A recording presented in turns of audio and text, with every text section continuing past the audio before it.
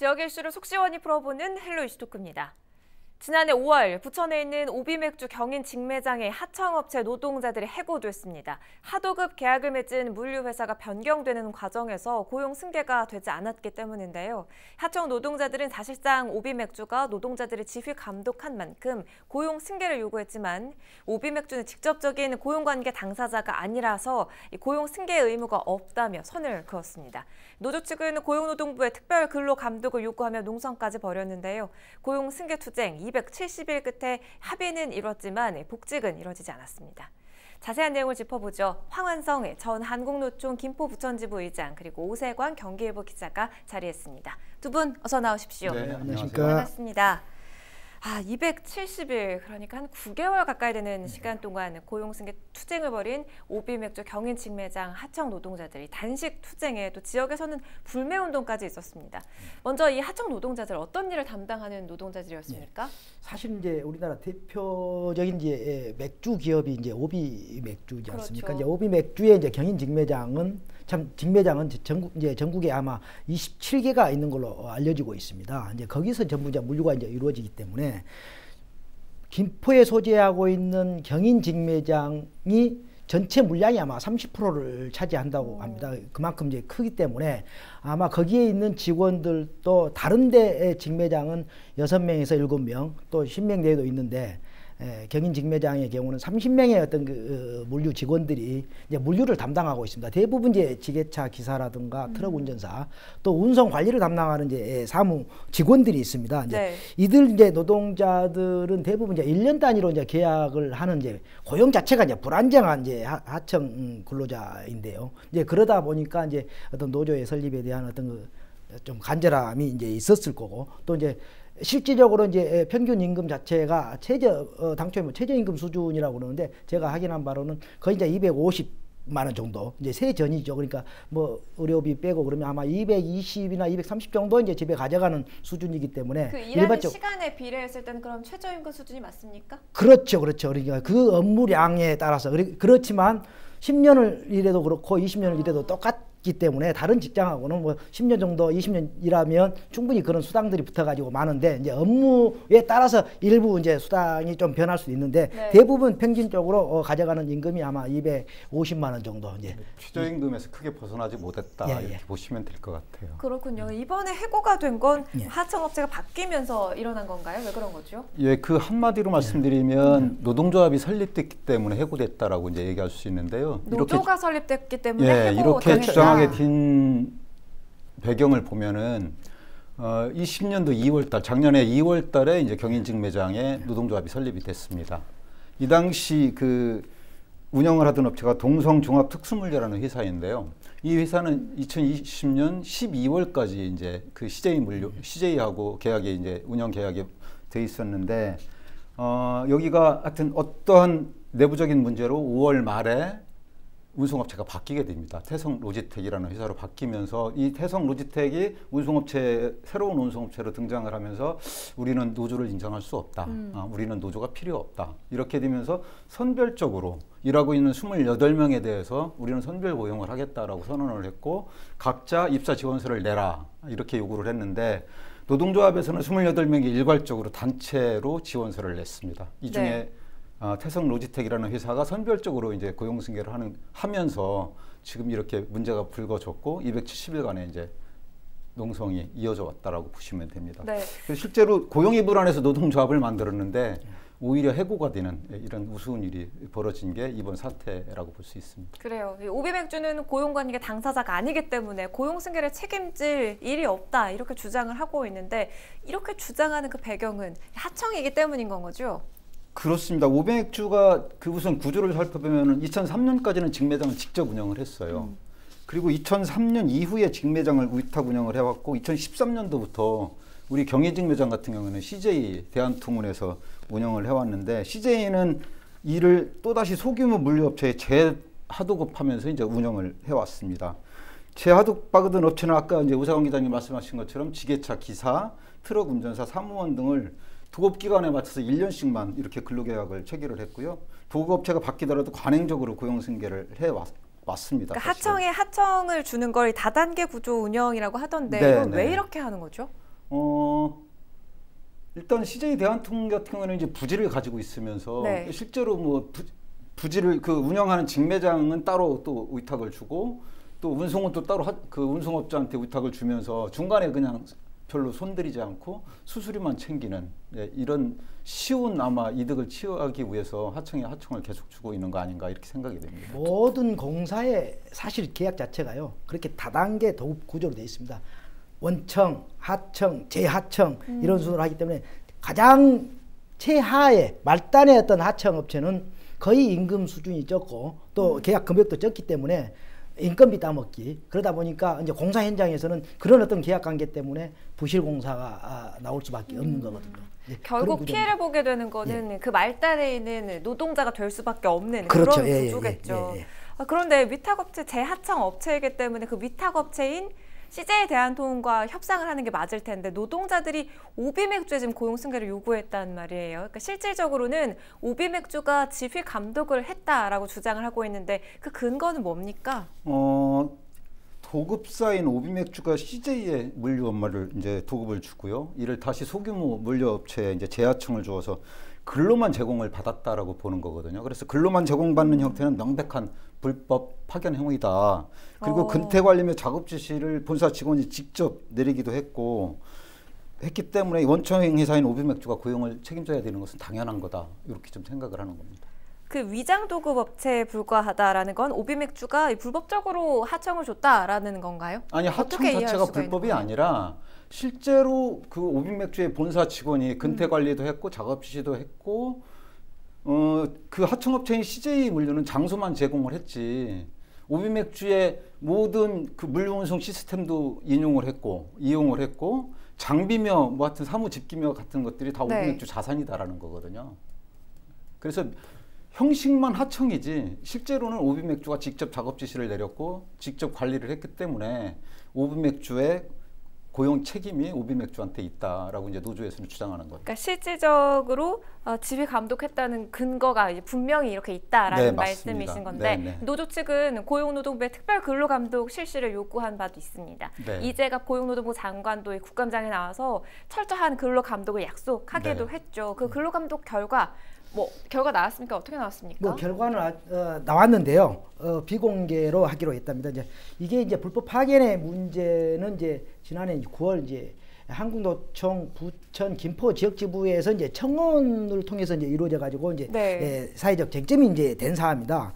사실 아까 우리 이제 양한상 그 의장님께서 말씀하셨다시피 이제 CJ 대한통운이 이제 직매장 운영 위탁 계약을 하고 실질적으로 맺었기 때문에 모든 것들은 그 위탁업체 CJ에 지시를 해야 맞습니다. 그렇지. 그럼에도 불구하고 CJ에 하지 않고 이제 재하청한 업체에 위탁 지시 모든 지시를 했기 때문에 이제 불법 파견으로 이제 그런 의혹을 받고 있고 이제 그런 어떤 이제 노조 측의 이제 주장이 있어서 사실은 이제 노동부에서 이제 고용노동부 이제 이재갑 장관도 이제 국회 출석하셔가지고 특별 근로 감독을 이제 실시 이제 하도록 했습니다. 그러고 나서 이제 노동부가 이제 근로 감독을 실시했는데 실질적으로 노동부 입장은 특별 근로 감독이 아니고 일반적인 근로 감독이라고 이제 자기들은 주장을 하고 있어요. 사실은 이제 비공개 결과는 나왔지만 비공개 이유가 노조의 요청이랍니다. 노조에서 요청해서 비공개를 할 수밖에 없는 입장이라고 그랬고 또 노조 측에 제가 충분히 불법 파견에 대한 결과가 나왔냐고 이제 확인하니까 노조 측에서는 불법 파견의 정황이 드러나지 않았습니다. 라는 입장이었어요. 그렇기 때문에 정확하게 불법 파견이 노동부의 특별 근로 감독으로 인해서 밝혀졌는지 정말 유무가 그러니까 불법 파견에 대한 혐의가 입증됐는지 입증이 안 됐는지는 저희들도 이제 확인이 할 길이 없어요. 사실 입증됐다면 적어도 노동부에서 형사 고발을 해야 되겠죠. 불법 파견에 대한 이제 그런 혐의로 이제 고발을 해야 되기 때문에 그런 것들이 안 이루어졌기 때문에 이 부분에 있어서는 계속적으로 이제 논란이 이제 계속 될 거라고 보고 있거든요. 다만 이제 노동부 입장에서는 근로자와 합의 조건으로 또 근로자가 원치 않기 때문에 감독 결과를 밝힐 수 없다라는 입장이 정말 노동부가 근로자 입장인지 또 노동계 입장을 충분히 이제 반영하는 건지, 그걸 안 하면 사측의 입장만을 반영해서 비공개하는 건지 상당히 나중에도 향후에 계속해서 이런 부분에 대해서 논란이 있을 걸로 보여지거든요. 그래요. 결과는 나왔지만 비공개이기 때문에 우리가 들여다볼 수 없다는 지금 그런 상황입니다. 근데 저는 거기에 대해서 생각이 좀 다른 게요. 네. 네, 특별 근로감독을 실시를 했고 결과는 아직 내놓지 않고 있습니다. 그랬다는 결과는. 근데 이유는 제가 볼 적에 뭐 노조하고 합의하에 뭐 비공개를 했다라는 거는 저는 아마 노동부에서 주장하는 내용이다라고 생각을 하고, 이재갑 고용노동부 장관이 국감에서 말씀하신 것 중에 경인직매장에 특별 근로감독을 실시를 해서 불법 파견임이 확인이 되면 오비맥주가 운영하고 있는 23개의 모든 직매장에 불법 파견 조사를 하겠다라고 네. 얘기를 하셨거든요. 그래서 만약에 이번 특별 근로감독 결과가 불법 파견이다라고 밝혀졌을 때 지금 우세광 회장님이 말씀하신 형사 고발은 물론이고 나머지 23개에 대한 경인직매장을 제외한 22개에 대한 특별 근로감독을 불가피하게 해야 되는 상황이 오기 때문에, 사장이 커지기 때문에, 네, 그렇기 이렇게 때문에 이야기했다. 지금 결과 발표를 안 하고 있는 거 아니냐, 저는 그렇게 좀 예상을 하고 있습니다. 맞아요. 사실 이 불법 파견 문제에 따른 고용 승계 문제는요, 비단 오비 맥주에서만 일어나는 문제는 아닙니다. 여러 사업장에서 늘 논란이 되고 있는데 왜 이렇게 되풀이되는 겁니까?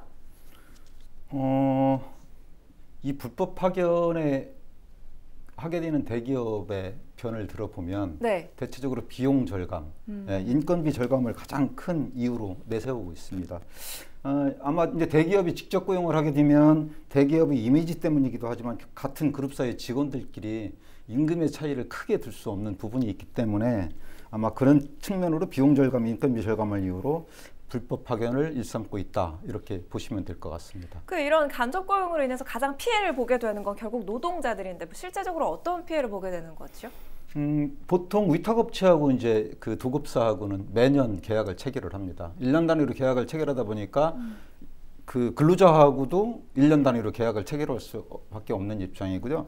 그 다음에 간행적으로 이제 고용 승계가 이루어진다고 해도 CJ가 이제 소규모 물류업체에 최저가 입찰 방식으로 재하청을 주기 때문에 최저임금에서 벗어날 수가 없습니다. 최저가 입찰이라고 하면 가장 적은 금액을 써내는 데다 입찰을 주면 거기도 이윤을 남겨야 되기 때문에 근로자들한테 돌아오는 몫은 당연히 최저임금 수준에서 벗어날 수가 없는 부분이다, 이렇게 생각을 하고요. 그래서 그 위탁업체의 사장님들은 굉장히 많이 바뀌는데 그 사업장에서 30년 가까이 일한 그런 우리 노동자들은 매번 최저임금 수준에서 벗어나지 못하고 있고 매년 고용 불안에 시달리고 있다, 이렇게 보시면 될 것 같습니다. 네, 열악한 근로 환경에 대해서 설명을 해주셨는데 이런 사업장들이 유독 부천에 많다고요? 이건 무슨 얘기입니까? 잘 아시다시피 부천은 95% 이상이 50인 미만의 영세 사업장이고요. 특히나 또 법인 기업이 아닌 개인 기업이 다수로 알고 있습니다. 정확하게 불법 파악이 얼마나 이루어지고 고용 불안에 시달리는 기업이 부천에 얼마나 되는지는 사실상 파악된 바가 없습니다. 다만 이러한 불법 파견이 물류업체에만 해당되지 않고 제조업은 물론이고 서비스업에서도 만연한 게 사실이거든요. 그래서 아마 지방자치단체 차원에서도 실태조사를 통해서 현황을 파악하고 그에 따른 적절한 조치를 통해서 부천에서만이라도 우리 노동자들이 고용 불안이 없는, 노사가 상생하는 그런 좋은 부천시가 됐으면 좋겠다는 바람입니다. 정말 그래야 될 것 같고요. 오비맥주 하청 노동자들도 270일이 넘는 고용 승계 투쟁 끝에 이제 일단락 됐죠. 그런데 이게 어떻게 마무리됐는지 특별감사 결과도 지금 비공개라서 우리가 알 수가 없잖아요. 근데 고용 승계는 어렵게 된 거죠. 뭐 사실 이제 278일간이라는 그 한국 노총 사상 이제 최장기간 투쟁의 역사를 이제 만든 이제 투쟁이었습니다. 특히 이제 도급사의 수급사에 대한 어떤 그 부당한 업무 지시, 또 불법 파견 문제에 대한 어떤 사회적 여론을 다시 이제 환기시켰다라는 데 큰 이제 의미가 있습니다. 합의 내용은 이제 아까도 말씀드렸다시피 이제 해고 기간에 대한 이제 피해 보상, 이제 피해 액수는 사실 그것도 이제 비공개로 이제 하기로 한 걸로 알고 밝혀진 게 없네요.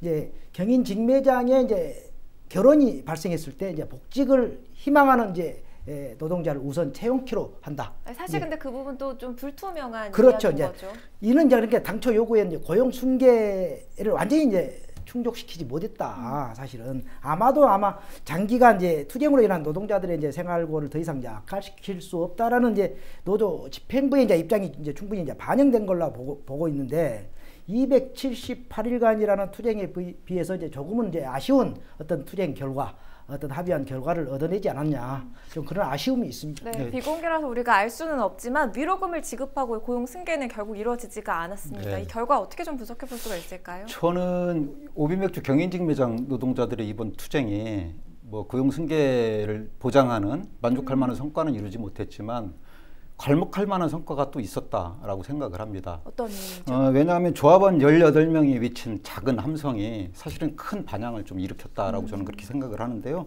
이들이 간절한 마음과 투쟁이 있었기에, 그리고 박종현 그 부천노총 의장의 약 2주간에 걸친 단식 투쟁이 있었기에 지난 3월 22일 날 국회의원 회관에서 기업 변동 시 근로관계 승계에 대한 입법 토론회가 개최되는 길을 열었다라고 생각을 하고 있습니다. 그래서 저는 이번 투쟁이 가져온 결과물이 아닌가 이렇게 생각을 하고 있습니다.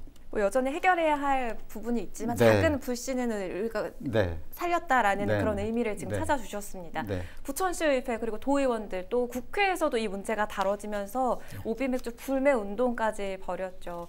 앞서 이야기한 대로 이 지난해 국감에서도 이 문제가 다뤄진 바 있습니다.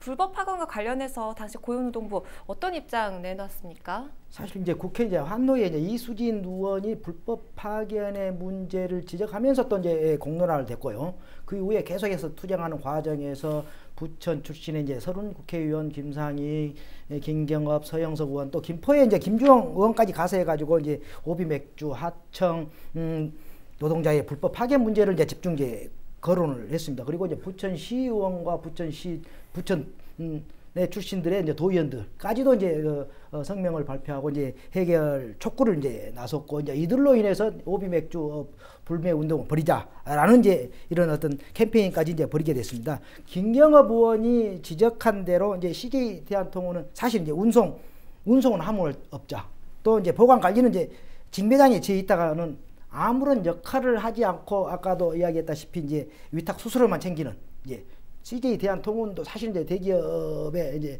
속하기 때문에 그런 분들이 위탁 수수료를 그냥 챙기는 그런 부분들이 없어진다면 하청업체에 돌아가고, 그 하청업체에 돌아가면 그게 또 이제 노동자들의 임금으로 이제 환원될 수 있기 때문에 맞습니다. 대기업의 이제 이장 도급 계약과 이제 불법 파견 의혹을 이제 사실상 이제 제기한 거기 때문에 이 부분에 대해서 노동부가 실질적으로 이제 이 결과를 비공개로 했지만 언젠가는 밝혀서 또 불법 파견 혐의가 있으면 뭐 형사 고소를 하더라도 사회적인 어떤 여론으로서 충분히 이 제도적인 어떤 개선책이 마련돼야 된다고 보거든요. 이거를 그냥 묻혀서는 안 되고 요야무야 넘어가서는 절대 안 된다고 보여지고 있습니다. 맞습니다. 더 이상 이런 문제가 되풀이되지 않도록 정치권의 노력이 정말 필요한데, 시의회에서는 불매운동 벌이기도 했지만 뭐 사실 이것보다는 좀 제도적인, 좀 근본적인 개선 움직임이 필요해 보이는데요. 노동계 또 정치권의 움직임, 좀 적극적인 움직임이 있을까요? 어떻게 보십니까? 그렇죠. 이제 법이 안비되지 않으면 어떤 사업장에서 또 언제든지 이런 일들이 부당해고라든가 불법 파견들이 이제 일어날 수 있을 거로 보여지고 있거든요. 이제 아까 이제 우리 의장님께서 말씀하셨다시피 이미 이제 입법 예고를 한다고 하니까 이제 토론회도 하고, 그래서 제도적으로 그런 장치들이 마련될 걸로 저는 뭐 예측을 하고 있습니다. 네, 이 정말 불법 파견 근절하려면 어떤 대안이 필요하다고 보십니까, 회장님? 예, 좀 전에 말씀드린 바와 같이 산업 현장에서 헌신한 노동자들이 보호받는 그런 법이 필요하다고 봅니다. 영업업체 변경을 포함해서 합병이나 영업 양도, 회사 분할 같은 기업 변동으로 인해서 노동자들이 일터에서 쫓겨내고 단체 협약이 무력화되는 이런 일들이 빈번하게 발생을 하고 있거든요. 이를 막기 위해서라도 고용승계나 노동조건 보호를 법으로 의무화해야 될 것 같습니다. 다행히 지난 22일에 우리 환경노동위원회의 송옥조 위원장님, 그리고 한국노총 제주연대, 더불어민주당 을지로위원회, 그리고 전국노동위원회 노동존중실천 국회의원단이 공동으로 주최를 해서 기업 변동 시 근로관계 승계 입법 토론회가 열렸습니다. 아마 이날 토론회에서는 19대 대통령 선거, 21대 총선 등에서 더불어민주당이 발표한 공약에 근거해서 어쨌든 기업 변동 시 고용승계를 입법화하겠다라고 약속을 한 바가 있어서 크게 기대를 하고 있습니다. 네, 앞으로 어떻게 변해갈지 좀 지켜봐야겠습니다. 오비맥주 불법 파견 논란 다뤄봤습니다. 헬로 이슈토크를 모두 마칩니다. 시청해주신 여러분 고맙습니다.